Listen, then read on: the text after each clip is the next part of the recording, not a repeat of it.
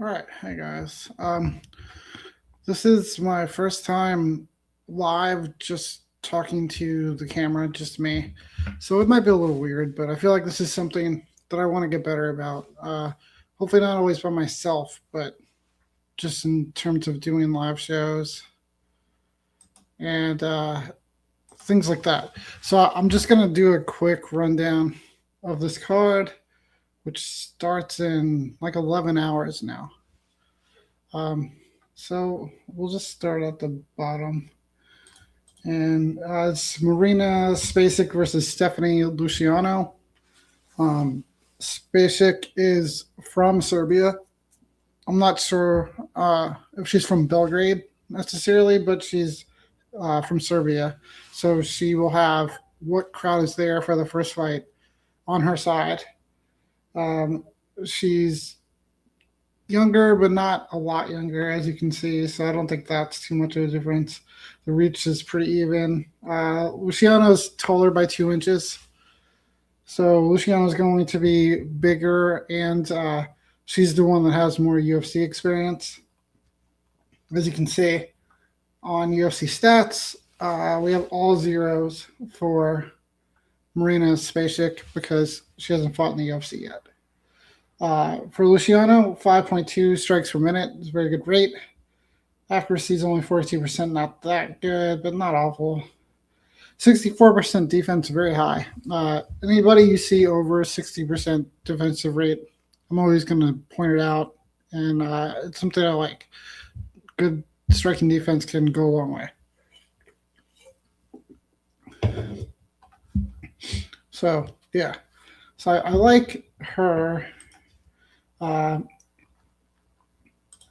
like Luciano in lots of ways, but I like her for her grappling, which this doesn't really tell you. Get that out of here. She's only won one fight by submission, but if you watch her fight, she's a much better grappler than Spacek is. She has landed takedowns in the UFC. She won by the one submission she has was in just her last fight, so recently. And then she fought really well defensive grappling in the second fight against Talita Ankar. The first fight, she got taken down a few times by Ankar, but she was able to be more fresh when Ankar gassed out in the later part of the fight. And then when they rematched, she stopped all her takedowns. She looked good. And then you see she choked Raven Oliveira in her last fight. So Spacek has never been submitted. She's never won by submission. But as you can see, she's only got 8 fights in her career. And they're in Brave, CFC, Malta, whatever. I mean, there's a Belgrade organization right there. She's beating all these girls by finish. I would be really surprised to see her continue to do that in this matchup here against Luciano. So I like Luciano quite a bit. I was looking at playing her by submission because of her grappling advantage. She's plus 475 to the submission. And then she's plus 275 to just for finish, which covers knockouts and a submission. So that's what I landed on, taking her at plus 275 for the finish instead of going more specifically for the submission. So first bet, Stephanie Luciano by submission, medium confidence. So keep going here. This is another one that I really like. Jovan Leka versus Alexander Popik. So we saw Popik a while ago. Let me just click into here first. It was 2019. It was the Contender Series Season 3 against Jamal Hill. When Jamal Hill looked really good. He had a great performance against Popik. And then he hasn't been in the UFC since then. but he's been fighting. He gets taken down quite a bit, which is going to not be great for him in this matchup. If we just look at the stats real quick, we have Leica averaging a full 3-round fight of fight time. It's a big deal here. 263 pounds for Leica versus just 215 for Popik. Popik could really fight at light heavyweight. I believe he was fighting even lower than light heavyweight, like middleweight or something. And he's gone up in weight. But Leica at 6'4", I heard he's actually like 6'5" too, is a true heavyweight. He's going to be the much bigger guy here. He's also 10 years younger, and it doesn't really show because he only has one UFC fight where he only landed, I guess, one takedown. Hold on. Yeah, he only did one takedown. I was taken down 4 times. But he's not going to get taken down by Popik. And if you watch Leica in his other fights, not in the UFC, he takes people down and he smashes them, which I think is what he's going to do against Popik. Excuse me. Because Popik has an issue getting taken down in many of his fights. And if you aren't going to stop wrestling, I think guy that's this much heavier than you, like 50 pounds heavier than you, is in somebody that looks for takedowns is probably going to have success. Where I land here is similar to the first fight, where I took Leica by finish, so I'm covering all outcomes on the mat. Basically, I expect this to hit the mat by takedown by Leica. And then I can't decide whether it's going to be like a TKO ground and pound or by submission. So that's what I've got. And that's plus 135, at least what I got it at, plus 135, Leica by finish. So 2 bets, 2 fights. Moving on. I have another bet here too. Nina Milicevic versus Haley Cohen. Milicevic is another person that's from the area. If you look at the stats here, Cohen's a lot bigger. That's her advantage in all of her fights, and why I had bet her in her last fight. I actually bet Cohen. I regret it. I bet Cohen against Alice Pereira. She wound up getting knocked out. I lost the bet. I thought Cowan had the size and physicality advantages. Didn't really come to be. So we just look. Cowan only landing 2.66 strikes per minute. 1.95 takedowns, not terrible. She could have some grappling here. Milicevic is definitely a striker more so. But Cowan has been so bad.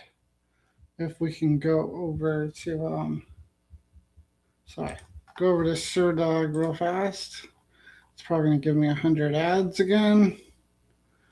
And we look at Cowan. I knew that was going to happen. Cowan has been submitted 3 times, 2 and 3 to the submission. Knocked out once and lost a decision. So she's 7-5 overall. Like I was talking about before, her last fight, she got knocked out. It was a knee by Alice Pereira. Then she was submitted by Nora Cornelli in the second round. Just not a great look. Let me just click on Nora real quick here. SureDog probably won't cooperate. There it goes. So that was just Nora's second submission of her career. She's not really somebody that gets submissions. I don't want to spend too much time talking about her, but I just wanted to make that point. Cowan can't be trusted, even against people that aren't primary grapplers or even that good of grapplers. So we're running to another fight where I want to look at the finish instead of just a specific finish method. I want to take Milicevic by finish. I got that at plus 105. I think she probably knocks her out, but I also think there's a chance they wind up on the mat in some manner, and then Cowan gives up her back, and Milicevic just takes the choke. I could see it happening, something along those lines. So I'm just going to take the finish to cover both. And there we go. That's another to start the card. 3 bets in a row by finish. So then moving on here. This one I don't have any bet on yet, but I'm looking at Rebecca, or Rebeski, I guess is how you say it, by submission. I think Rebeski just has a strong grappling advantage here. If you see at the bottom, over 3 takedowns per 15 minutes. And we got Kyle Prepolek only defending at 45, which isn't terrible. But he's been taken down. And his defense for striking is below 50%. So I think he's going to be in trouble no matter where this fight goes. You see, he was taken down 3 times by Benoit Saint-Denis and 3 times by Austin Hubbard. Both of those guys can land takedowns, but I mean, I don't think Hubbard's any great wrestler. Let's just look real quick here. Sorry, 1.63 takedowns for 15. It's not terrible, but I mean, I think that Rebeski is a much better wrestler than Hubbard is. So I think Rebeski can get takedowns against Prepolek here. And if you look at, I should have just cleaned up these tabs. Sorry.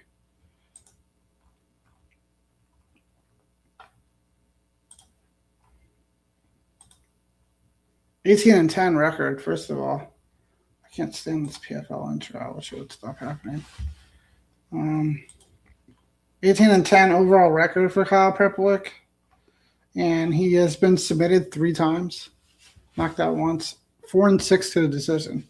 So I mean, really, what are you looking for in this guy to get a win for you?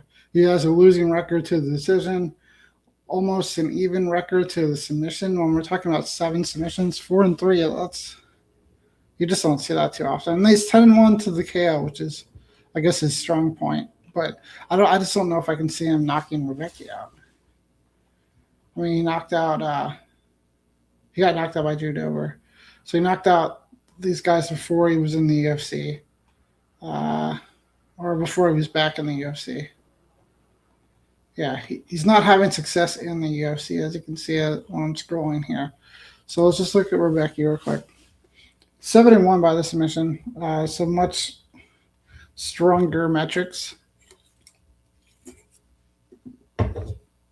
Rebecca has had on this losing streak, all against top tier, I guess you could say, competition. He beat Mike Tybeck Oralby, which is a good win, aged well. Lost to Diego Ferreira by knockout in 2024. It's not a good look. And then all these other, well, beating Lick Rudzbaugh was actually a good win. But Roosevelt Roberts, Nick Fiore, Rodrigo Dio, not very impressive wins. So, I mean, there's nothing great here about Rebecca, but he's still more impressive than Kyle Prepolek. I don't have any play on this, but right now, but I'm interested in Rebecca by submission. So let's go on to the next one. And it's Bogdan Grad versus Denis Bazukia. We'll go to Bazukia first. He is a Serra-Longo guy, which, if you guys know me, I'm a New York native and a big Serra-Longo fan. I'm wearing a Mets hat. Sorry about the blur. Mets hat right now. So we got Bazukia. 6-4 to the decision's not a good look. He hasn't been submitted. That's not bad. And then 5-2 by KO. 12-6 overall record. Not awesome. Then you get into his record here, and he's had a lot of trouble at the UFC level. He is 1-4, with his only win being against Connor Matthews, which isn't a win that was really aged to stand out. Connor Matthews hasn't done well in the UFC. We'll just click on him real quick. 7-4 overall for Connor Matthews. It doesn't say here, but I want to say he's a New England Cartel guy, which is a gym that I don't normally have a lot of confidence in.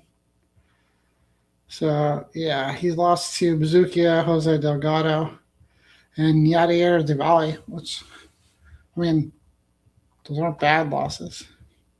Lost to Francis Marshall on the Contender Series. I like Francis Marshall. But no success really for Connor Matthews. And that's Bazookia's only win in the UFC. So if you look at Grad, his opponent, he's 15-4 overall, 9-2 to knockout, 3-0 to the submission, and 3-2 to the decision. If we scroll down to him, he lost to Luke Riley. Hopefully that ages well.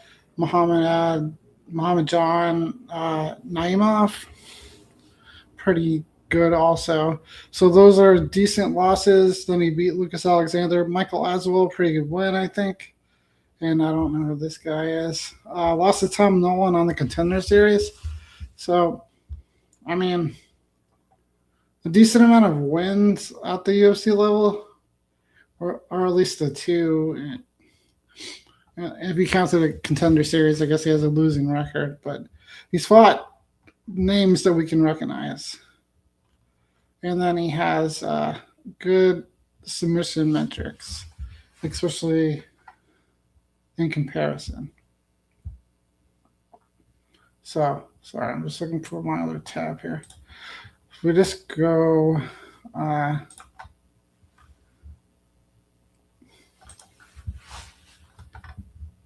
So if you look here, they are about the same age. They are about the same height. They have similar records, except Grad has a little bit more fights, not even like one or two more fights. And then they are even close in age, land similar strikes. Grad a little bit more accurate. And then defense very similar. 49%, 48%. And then the difference, which I was talking about, the 3 submission wins, 4.22 takedowns per 3 rounds for Grad. Big difference where you have Bazookia not really averaging any. 75% takedown defense, though. The same for Grad, which I wouldn't really expect him to be the one getting taken down. So if we just go in real quick here. He was taken down, that's a really weird stat, 4 times by Sean Woodson. I just want to look really fast. Let's just scroll through together and see if we see another 4 for Sean Woodson in terms of takedowns. He was taken down 3 times. Yeah, that's the most takedowns Sean Woodson's ever landed. That's what I expected to see. He's not somebody that usually is going to do that. But really, that's the only person that's taken down Bazookia a ton. That's just one that really stands out, though. Even Francis Marshall only took him down once. Once on 6 attempts. That's decent. So then we look at Grad. He's got 4 takedowns against Riley, 3, 3, 3, and then none because this fight with Tom Nolan was only 1 minute and 23 seconds. So Grad's going to look for takedowns. I think if Sean Woodson can take you down 4 times, Booked Grad probably can too. It's another one where I feel like the submission might be live, but I'm not very confident in what's going to happen. I also think that kind of the stuff we talked about, there's not a wide difference in these guys besides maybe landing a lot of takedowns for Grad. So I think Bazookia is not the worst underdog, but I'm definitely on the Grad side. But I think I'm just going to have no bet on that fight. So this next one is really interesting. We got Borislav Nikolic versus Mark Vologden. We got Vologden is 7 years younger the Nikolic, and Nikolic is the one that's making his debut, as you can see again by all the zeros. And Vlogden we've seen twice. Once was on the Contender Series. The Contender Series one was the very famous fight where he absorbed 165 significant strikes over 3 rounds. Excuse me. And then he went and absorbed 135 in his next fight with John Castaneda, which he would have lost that fight versus Castaneda if Castaneda didn't foul him. So that's why it turned out to be a draw. It wasn't a good look for him. I do have faith that he might be okay in this matchup because Nikolic, I didn't see really that much. I mean, he looks like a decent striker on the feet, but I don't know if I saw the volume from him that we expect to see from the 2-fight sample we have of Mark Vlogden.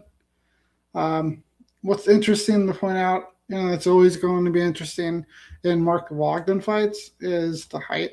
He's 5'3" versus Nikolic being 5'9".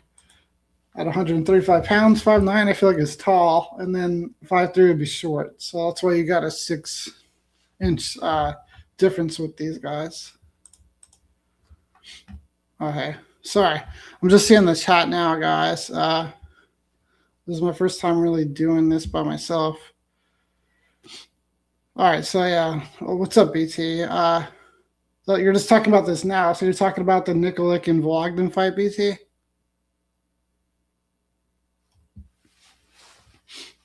Just gonna stop and I'm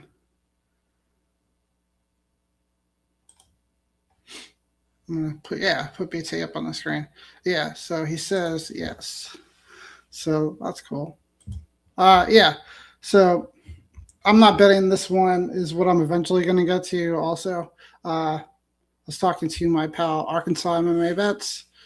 He's betting on Vlogden, which I'm happy about because he was super passionate on the John Castaneda and Vlogden fight last time. I was on the Vlogden side. He was on Castaneda. And like I just said, Castaneda should have won. But because Arkansas was so heavy on Vlogden, I was happy to see him go back to him in this fight because I do think it should be a better matchup for him. So Melvin's asking giveaway. I don't think tonight, Melvin. That's something that I'll look at getting together in the future, though. Today, I just decided that I want to do this because I haven't been on YouTube yet this week. I guess I'll talk to you guys since we have some people in the chat. I'll tell you guys what's going on with me. I'll show you my bald head, which isn't something that I like to do. But if you guys can see, I have a bandage right here on my head. Sorry, the blur of my camera. I don't know if I'm showing it to you at all. There you go. You see the bandage back there? Yeah. Sorry, I'm bald. It's hideous. Anyway, I found out that I have skin cancer. That's what that bandage is. I always wear a hat. Like if you guys follow me, I always have a hat on. And especially when I'm outside, I always have a hat on. So I had this for years. I've done a lot of jiu-jitsu in my life, and I was really into it for like the 6 years previous to right now. And then when I had my son, who you guys have seen on the other show I was on, I stopped doing jiu-jitsu for right now. I'm on like a break. But I thought that this like scratch was from jiu-jitsu. I thought it was just somebody. Thank you, Christine. Okay. I thought that it was a scratch from jiu-jitsu, like somebody just scratched my head. And then I thought it wasn't healing because I was actively training and in contact with people. So I thought, it's just a cut that's not healing because I'm always grappling. But then when I stopped training for my son, it still wasn't going away. And then I kind of just got distracted by him, like having a baby. If you guys have a kid, it's really busy. So I didn't go for a while. And then my sister-in-law said something to me about like, what is that? Like we were like talking about it. And she was like, are you going to go to the doctor? I was like, no, I don't think so. And then she's like, what if it's cancer? And that was like the first time somebody said that and it like made me think about it. So I was like, a couple days later, I was thinking about it, and I was like, why don't I just go to the doctor and make sure? And then like right away, they told me it's skin cancer. So it sucks. It's like a 99% survival rate unless something crazy is going on. I did a biopsy on Wednesday. I have to wait like a couple weeks for the results. Hopefully everything's cool. I'll let you guys know since I'm talking about it now. But yeah, so I'm just waiting on biopsy results, but I have cancer. I'm only 42. I wasn't really expecting to have it yet, but that's the way life is sometimes, I guess. Uh, what's up, Melvin? How you doing? Rayner's asking for a giveaway. Also, Rayner, I'll do a giveaway maybe next time I'm on. I just wasn't really prepared this time. I just was like hanging out and decided to get on and do this, try out a live thing. So yeah. So thanks guys for commenting and hanging out with me. We'll keep moving on this. So I'm with BT on this fight. I have no bet. I lean Vologden. So underdog pick with Mark Vologden, but I'm not currently betting on it though.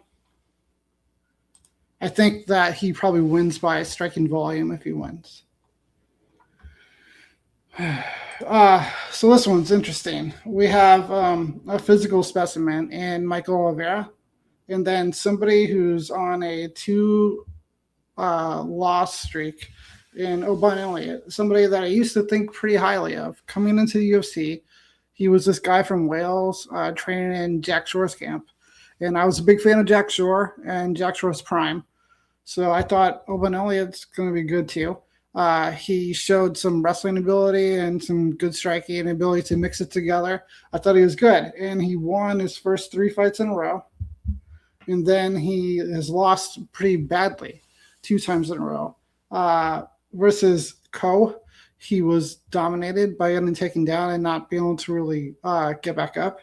And then against Jonathan Mikulev in his last one, I believe he got submitted.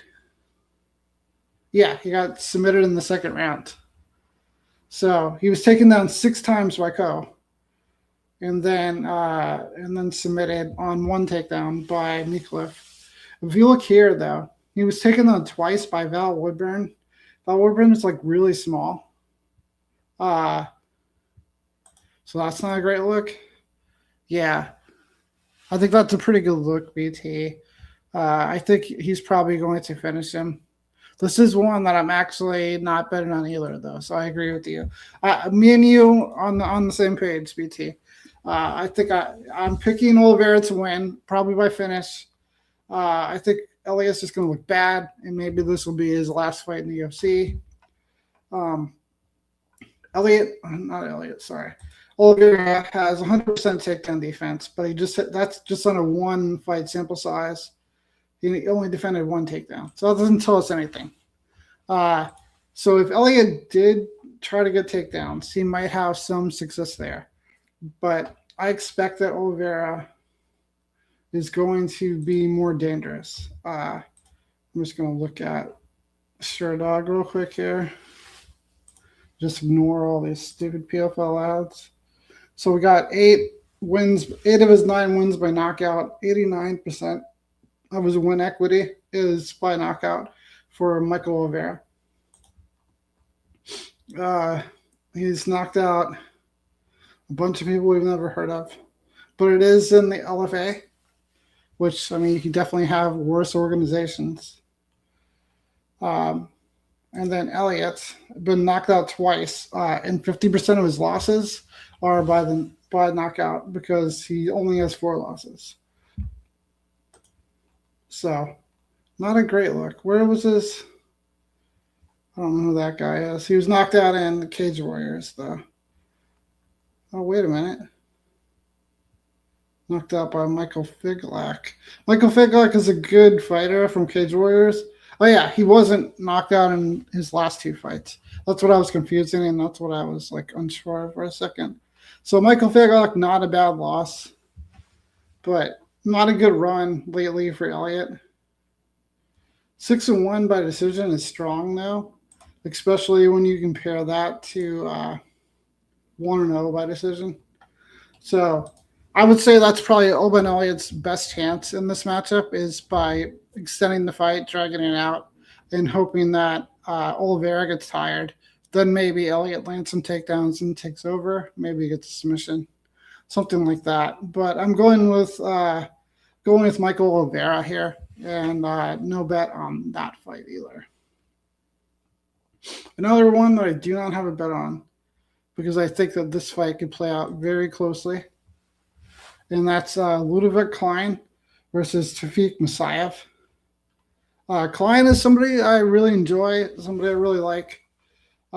He lost to Gamrot, which I mean, it's no shame in my opinion. I like Gamrot a lot, but if you look at all this green, he's on. I don't feel like counting it. He was on a big winning streak. Besides getting anaconda choked by Nate Landweber back in 2021, also lost to Michael Trezano. Those are not great losses, but it is 2021 though, so we're talking about quite a ways back. And if you look, Devontae Smith, good win. Mason Jones, good win. Nacio Bahamondes, good win. Tech Moises, kind of good win. AJ Cunningham, doesn't matter. Rebecca, good win. So losing to Gamrot, not a bad thing. If we look at Musayev, 23-6 is a huge record. He's 36 years old. He also beat Bahamondes as a common opponent. Lost to Orlby, as I was saying with one of the other guys. I think Orlby is a very good fighter. You can't really feel bad about losing to him. Then he's got all these Ryzen fights. He lost to Alexander Shabliy on Bellator. I think Shabliy good. That's a fine loss also. I don't know who this guy is. I feel like I should and I don't. This is Patricky Pitbull. So 2019, losing to Patricky Pitbull, really no shame there either. What you got, BT? So you're saying Klein fight goes the distance. I think that's a good look. I might. Do you know the number on that, BT, offhand, or do you have a book open right now where you can tell me what the number is on the show? Because I think that's pretty good. Hey, how you doing, McLean? I appreciate you being here. All right, so let's go over here real quick and just look at some of the stats on that fight. You got anything for me, BT? No, not yet. Okay, so I like Klein going in, and you can see why here. This is the striking volume. I think on Bally's. Okay, yeah, I got you, BT, thanks. 3.76 strikes per minute for Klein versus just 1.84 for Musayev. And he does average 2.3 takedowns. And then Klein's defense is 76. But I feel like Klein has been taken down. Those two are okay. All right, yeah. He's taken down once by Dar Harbor, but that's just once by Landwehr. Those are one takedowns. That's not that bad.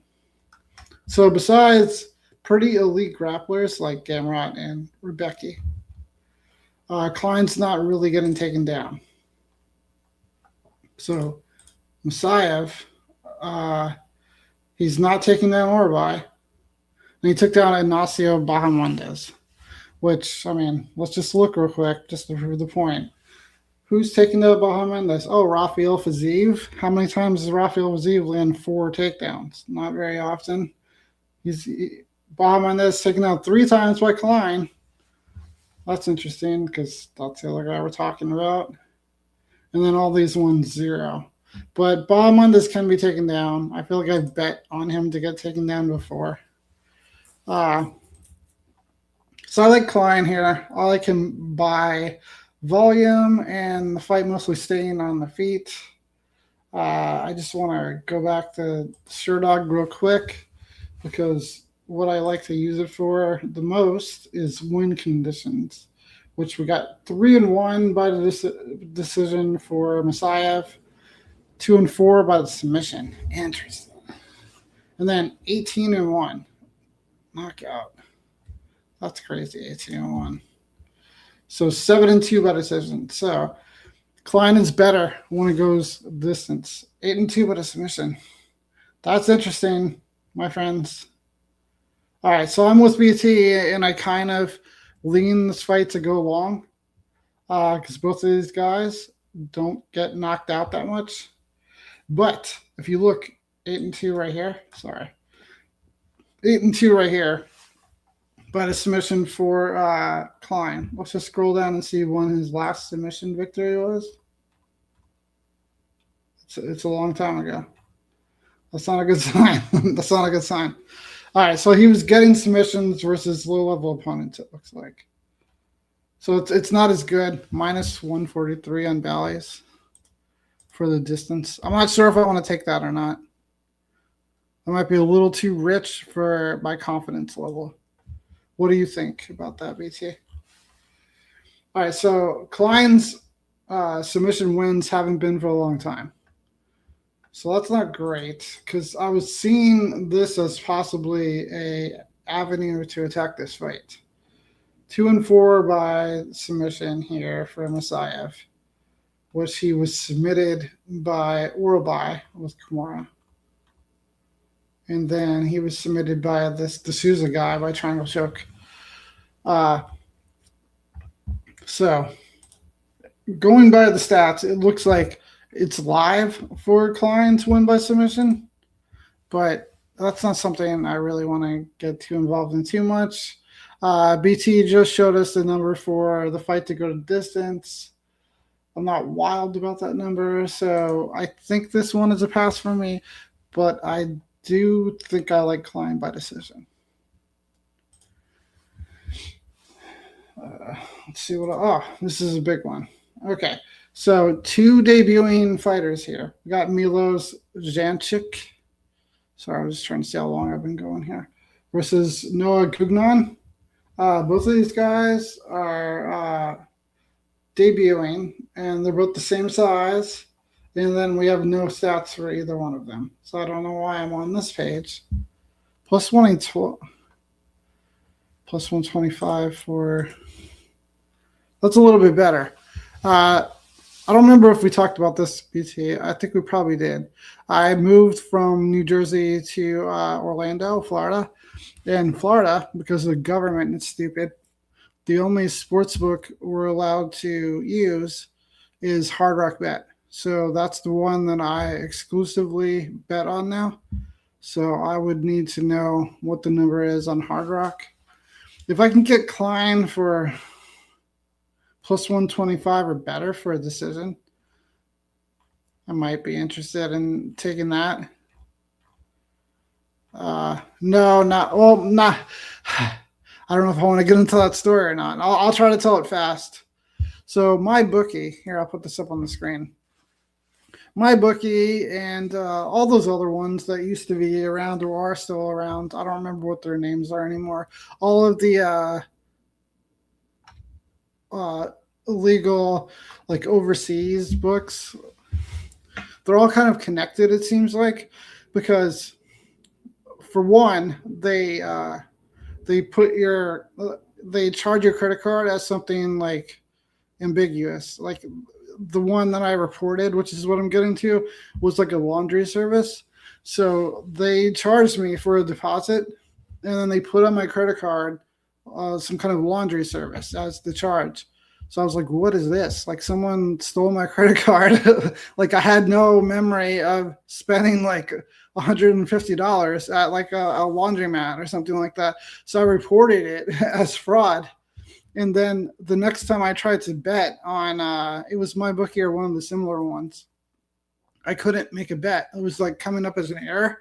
So then I contacted the customer service, and they were like, oh, like, we're not going to let you do it because you reported us to your credit card. And I was like, oh, I did that by mistake. I'll tell them, like, I'm sorry. And they just wouldn't work with me on it, though. So then I tried to do it on a different book, and then they were saying the same thing. Like I was a high-risk customer. I don't know if I enunciated enough. So I think they're all kind of connected, and therefore I was basically unable to bet for a few years until they finally legalized sports gambling in the United States. First, I was on like DraftKings and FanDuel when I was living in New York and New Jersey, and then I got Hard Rock here in Florida. But I was actually using Hard Rock in New Jersey for a while because it's legal in New Jersey too. Uh, and my family lives in Orlando, so when I was traveling, I was using Hard Rock. So therefore, then I started getting used to it and using Hard Rock also in New Jersey. So I don't hate it, but the fact that I only have those numbers and I can't like line shop is kind of annoying. Another quick funny story: when sports betting wasn't completely legal in the United States, like New York was a little bit behind. New Jersey was first. New Jersey is like, you know this, BT, because you live in the East Coast. New Jersey is like the Vegas of the East. They always have everything legalized. But I used to take the train from where I lived in Brooklyn to New Jersey. I would get off in like Hoboken or Jersey City, and I would just walk around like by the waterfront, and then I would make bets on my phone, and then I would get back on the train and go home. I don't know. I don't know if that tells you that I have a gambling problem, but that's what I used to do though. Yeah, and then after it got legalized, I still did that because New York has a weird law where they don't let you bet contender series. Like they don't have that. If you're located in New York, you can't bet contender series because it's considered like exhibitions or amateur fights or something that they don't allow in New York. You also can't bet college sports props. Like in New York, you can't bet the guy for St. John's to make 20 points, where you can in New Jersey or in most places. New York's kind of weird like that. But so for contender series, for a long time, I was taking the train to New Jersey, getting off in New Jersey, walking around the mall or something, and then getting back on the train, going home. Then I moved to New Jersey for just a year before I wanted to move into Florida. But it was easy. I could bet on anything when I was in New Jersey. Anyway, that's why I don't use my bookie. And then that's just a quick story. Yeah, Bodog. Yeah. I think Bodog was the first one I ever used, because Bodog at a time, maybe you remember this, BT. Bodog was like a big sponsor that you would see during UFC fights, like on people's shorts. Maybe it was on like the Octagon canvas. So yeah, I used Bodog for a while. I want to say that was the first one that I got into, and I can't take your comment down because my thing's being weird. Okay, there it goes. All right, so I'm just going to thank you for all your comments, PT. I appreciate it. And thank you for everybody else hanging out as well. I don't know who's still here, but I had Christine, I had Melvin, I had Rainer, I had McLean. There's been quite a few people dropping by, and I truly appreciate it. So let me get into this fight of debut guys here. I'm going to go over the Sherlock because we don't have any stats on these guys because they've never fought in the UFC yet. I'm going to try to pick this up a little bit here because I've been talking for about 45 minutes. So these guys, I really like this fight. This is probably my favorite fight on this card. So this guy, Janchik, these stats are a little bit surprising to me. 11-1 by the knockout, not that surprising. 8-0 by submission is surprising to me, but that's because he was fighting against lower level people.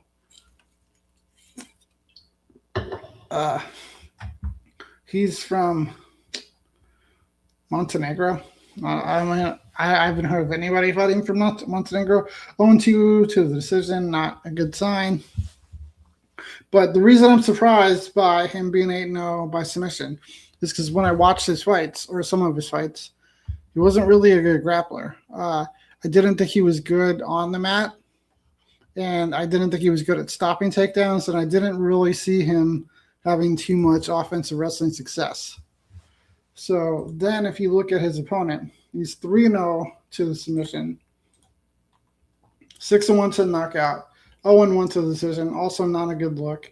I really don't like to see these guys not going the distance, because once you get steps up in competition, you're going to need to have cardio to go on a longer fight. I much prefer people that can fight a full fight confidently than someone that I'm hoping gets a knockout in the first round. This guy's only 25 years old, though.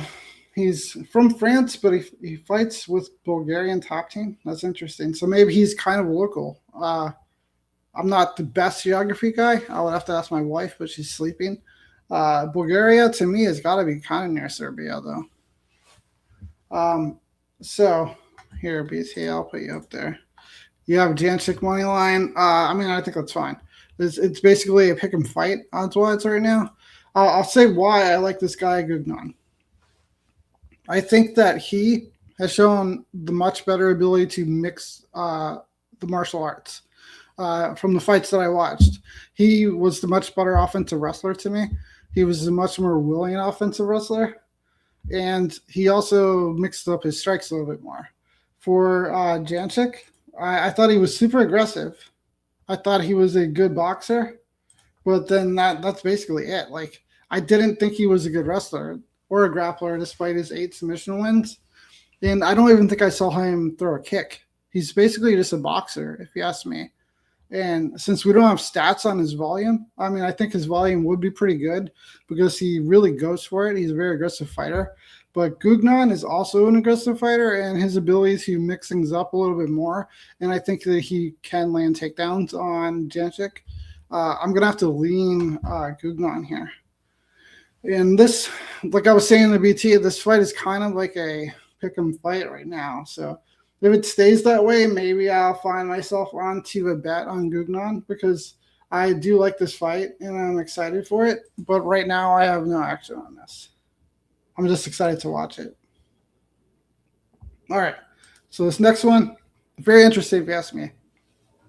If anybody watched fights from this guy, Vlasto Seppo, he's got like first round finishes. Yeah, that's interesting. We haven't really seen this guy Gugnon get finished too much yet, though. And I just like him for his more likely wrestling and just better ability to do other things.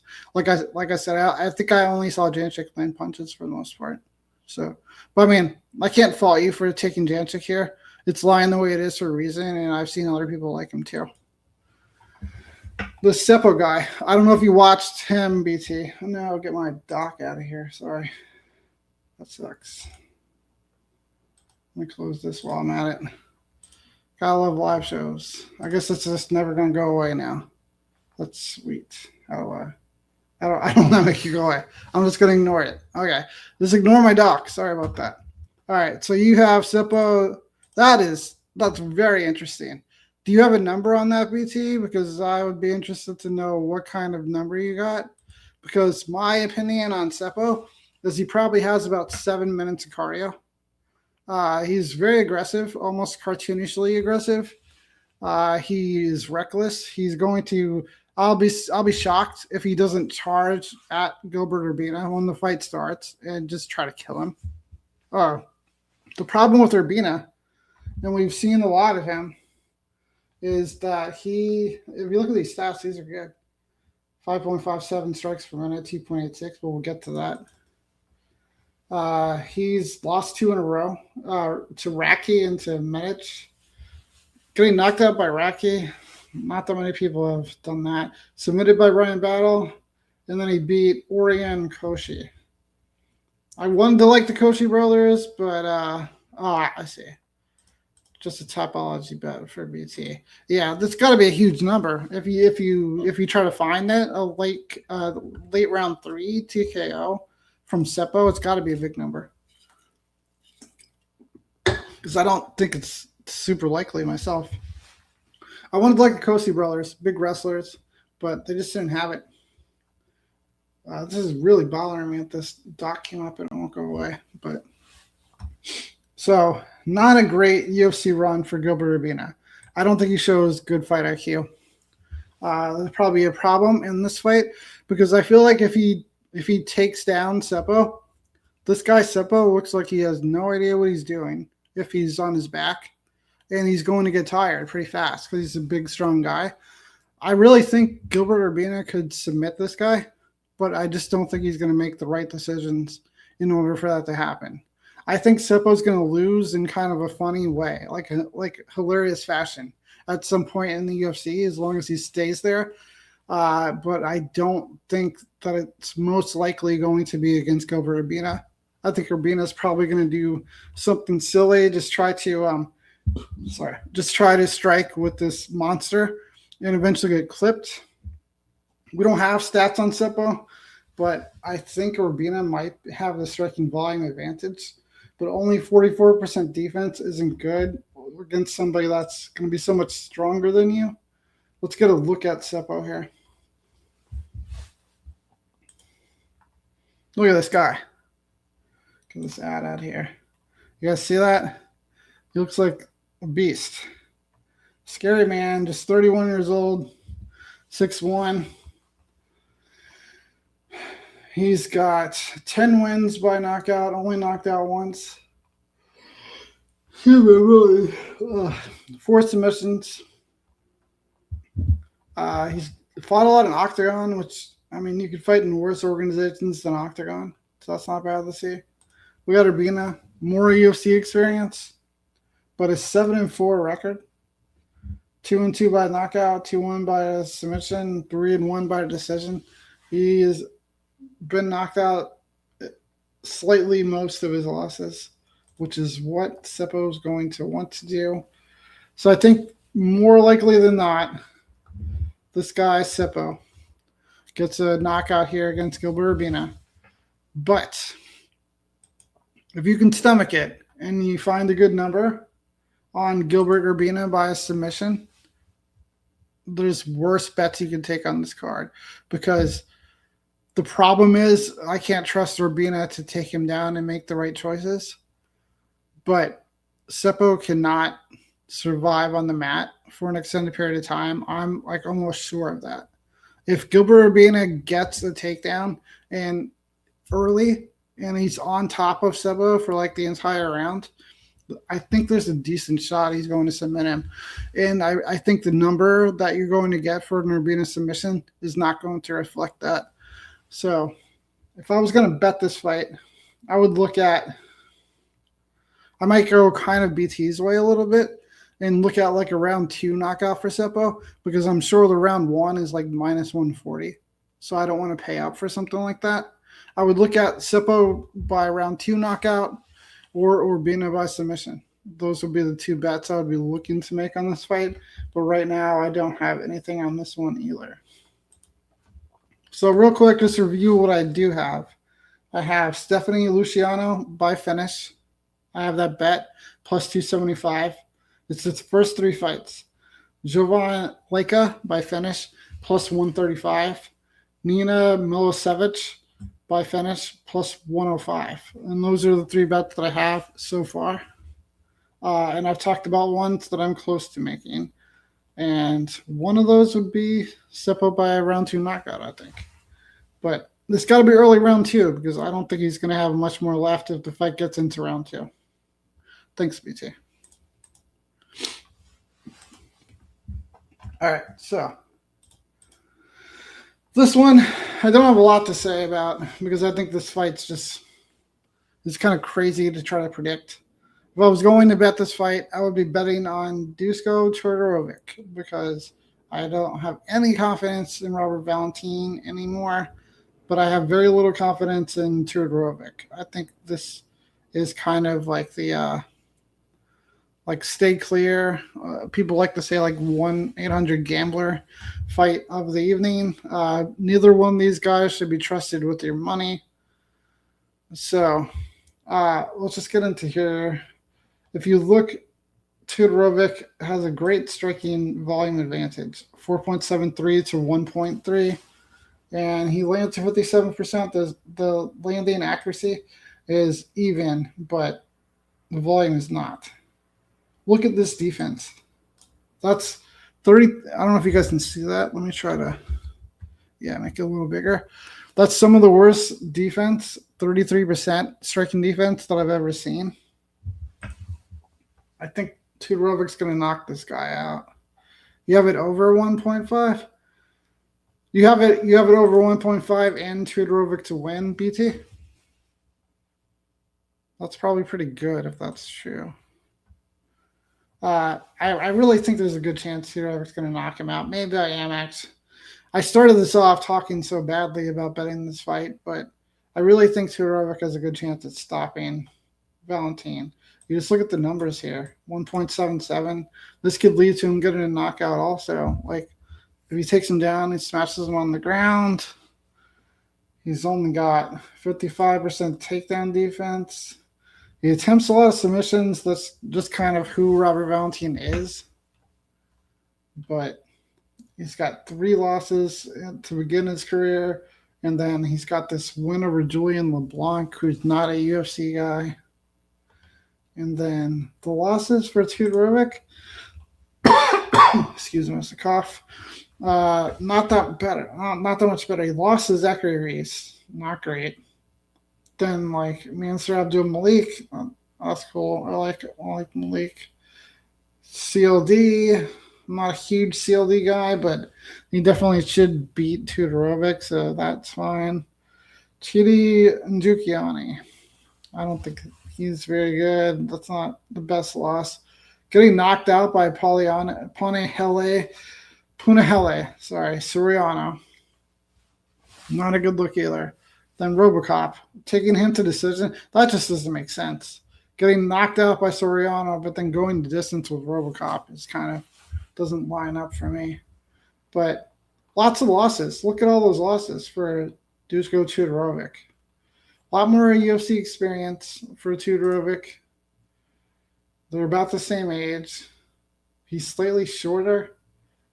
Valentin with a 3-inch reach advantage. Kind of significant. But I like Tudorovic here. I like him to get the finish. I'll go with BT here, and I'll say a round 2 finish for Dusko Tudorovic. All right, so we got 3 more. This one, I'll try to go fast. I don't know how fast I was on that last one and when I said I was going to be, but I feel similarly as I was saying about this one. This is just a hard fight to really want to bet. Rakic, if you look at all these losses, 4 losses in a row. Like, why would you really want to back Alexander Rakic?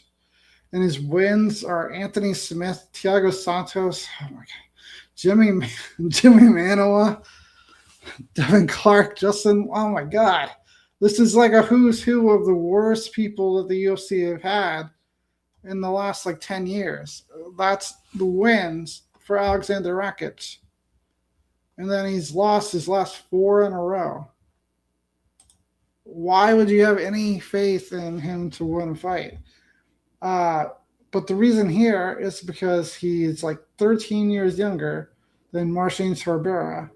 And I feel like Tybura is finally just too old. He's lost 2 in a row. His loss to Fortune was close. If you look at the numbers here, he outlanded Fortune, but he gave up 3 takedowns.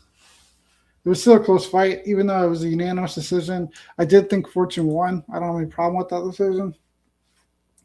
But I don't think Tybura has the speed and athleticism anymore, which is what happens when you get into your 40s. I mean, he was born in 1985 in November. I feel like that puts him at 41, right? 40. He's turning 41 this year. Okay, yeah. So 11 losses now. Knocked out 6 times. Yeah. Whoa. Tybura, round 1. I mean, what I was just looking at with Rakic, the people he's lost to, that goes towards your bet. BT, it's saying it's not the worst bet, I would say, with Rakic losing to a really low class of people, but only knocked out 3 times, though. I'm going the other direction. I have Rakic probably winning. I know, yeah, I agree with you. Yeah, Rakic has been pretty terrible. but I just can't bet on a 40-year-old Tybora. I just don't think he's fast enough. And it would be crazy. I feel like to see him get the knockout. Um, but I have no confidence saying that Rakic is going to win really either. I do think he probably gets the knockout though if I'm picking an outcome, which is what I'm doing here. So that's all I'm going to say. Rakic by knockout. No bet on that one for me. This one, kind of crazy too. This guy, big time career. Jan Blachowicz, uh, former champion, defeated Israel Adesanya at a time when people weren't doing that. The first time really we saw Adesanya lose in the UFC. He was up a weight class, so Blachowicz is bigger, but it's still a big win. And he's had a lot of big wins. Mostly loses by decision, as you can see, 11-7 to the decision, and I'll get into why that is, and I have my suspicion in a minute. If you see, he's had 2 draws in his last 4 fights. I don't know if I've ever seen that.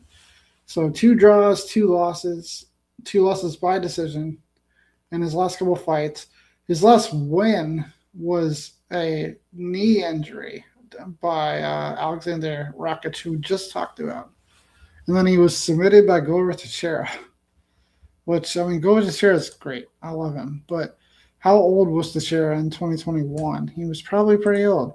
Probably about as old as Jan Blachowicz is right now. So then we have Sterling. Let's see what you have to say, BT. Sterling fight, going distance, and Navajo by decision. I think that's not a bad look. That's what he's done most of the time, which is what I was just going to talk about. Not most of the time overall. As you can see, 6-0 by knockout. Nothing in the submission category. He's a kickboxer, not a grappler. 4-0 to decision. That's good. He's a guy he fights patiently. He strikes sharply. That's his bread and butter. He's not going to rush anything, but he's now finished 2 fights in a row. And when he finished Kudalaba looked really bad. So, I mean, it's a good look for Sterling to be stacking up these finishes now. Because to start his UFC career, he had 3 decision wins in a row. And he's just such a big physical specimen that everybody was kind of having a hard time figuring out what was going on. But let's go to the other page here, because I want to do a kind of the tail of tape with these guys. Sterling 2 inches taller. He's going to be taller than most people, but Blachowicz is kind of tall, so he's only 2 inches shorter. Basically the same reach advantage. Big age difference. We have a 14-year age gap on the Sterling side. Huge striking volume advantage on the Sterling side. And that's what I was kind of alluding to before. That's why Blachowicz has a losing record to the decision, or not a losing record, but he has a poor record, 11-7 by decision. 7 losses by decision is not good. So that's why he has 7 losses by decision, is because he's not producing a ton of offense. He's getting largely outstruck by Sterling on paper here. And then he lands less than 1 takedown per 3 rounds. He has basically the same takedown probability as Navajo Sterling, even though, like we saw Blachowicz take down Israel Adesanya in their fight. I think that's something he's going to try to do in this fight here against Sterling. And if he wins, I really think that's probably the best way he wins, is like taking Sterling down and Sterling not really being able to get up. So that, I think, would be Blachowicz's win condition. Sterling, I think it's possible he gets a late. It's harder to say with the 3-round fight. This is a 5-round fight. I would see Sterling maybe getting a late rounds TKO, a lot more likely. But I'm going to go with BT here. I'll put his comment back up again. I think that Sterling probably wins and wins by decision. So I think we finally made it here. I think it's just me and you now, BT. I think everybody else knows. He left. Uh, McLean wasn't here for very long. Maybe it just wasn't too honest what was going on here. That's okay though. So we have the main event. It's not a great main event. It's kind of a weird main event, right? Euros Medic taking on Daniel Rodriguez. Another pretty big age gap in this fight. We've got like a, what is that? Like 7-year age gap. Medic is 7 years younger. D-Rod with the big striking advantage. He's always been a high volume striker, D-Rod, but he's like 40 years old, 39 years old now. So he's getting a little hard to rely on. Striking defense is about even with these two. Both of them near 60%. Good numbers. And then neither guy's really going to. This is kind of what I wrote up on Substack. If you guys follow me on Substack, Prelim Tim MMA on Substack for my written breakdowns, it's kind of what I talked about. This fight is, if you look at these takedown stats here, this fight is more likely to be on the feet and stay on the feet. So if it's going to be a striking affair, mostly, if not completely, then why are we... Yeah, that's true. D-Rod just did get out of Mexican jail, which I'll touch on that in a second. But why would we not be interested in D-Rod with a 7.2 to 5.59 striking volume differential at like a plus 400 number on the money line if this fight is going to stay on the feet? And D-Rod's not somebody who gets knocked out. I mean, neither is Medic really, but D-Rod's known for his durability. So I haven't bet it, but I'm really interested in D-Rod for such a big number. One, it just makes sense. Like, he's got the reach advantage. He has more fights in the UFC, more fights in his career than Medic has. And then he's got this pretty sizable striking volume differential. And if it's going to remain standing, I think he's live, and especially at a number like plus 400. But like BT was saying, he did just get out of jail. He was in jail in Mexico, allegedly over some drug stuff. Like apparently he carried marijuana across the border, which is apparently really serious in Mexico, to bring it from another country. It's legalized in Mexico, but bringing it into the country is apparently like a big deal. So that's what D-Rod allegedly got in trouble for. So he got out of jail. My two concerns on the D-Rod side are his age. Medic is a lot younger. D-Rod's getting past the point where you start to worry about durability. You start to worry about athleticism. It kind of leaves around 38 to 40, which D-Rod is in that window right now. And then also, like, how much has he been training? It's kind of hard to say.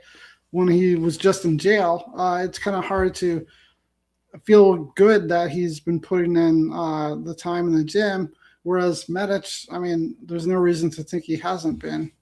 So Medic is going to be the more athletic, younger guy, possibly more fight ready, more recently trained guy.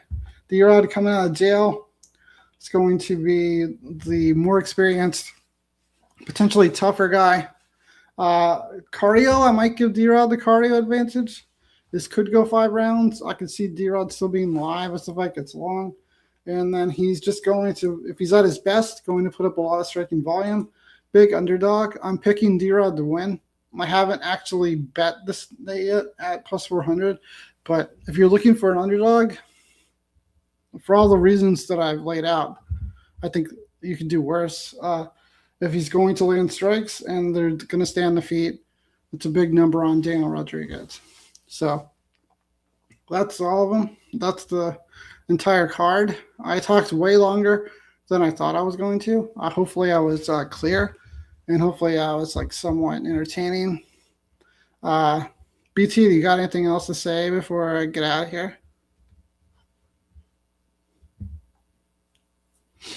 He said Sorry. He's betting fight over 1.5 rounds. I like that. I think it does last a little while. They're both somewhat durable, at least. I'd say Rodrigo is very durable. Okay, so he said good stuff. Thank you, BT. Thank you for hanging out with me. I really do appreciate it. Thank you for everybody that's dropped by during this broadcast. It's 12:16 here on the East Coast of the United States, so I don't fault anybody for leaving. I don't know what time it is in all the places everybody lives all over the world, but I thank anybody that came by and said hi to me and hung out in the chat while I was doing this. I'm going to look to do this kind of stuff more often and talk to you guys, engage with you guys, and then possibly have some other people on with me doing it too. So thanks for watching, and I'll see you guys soon.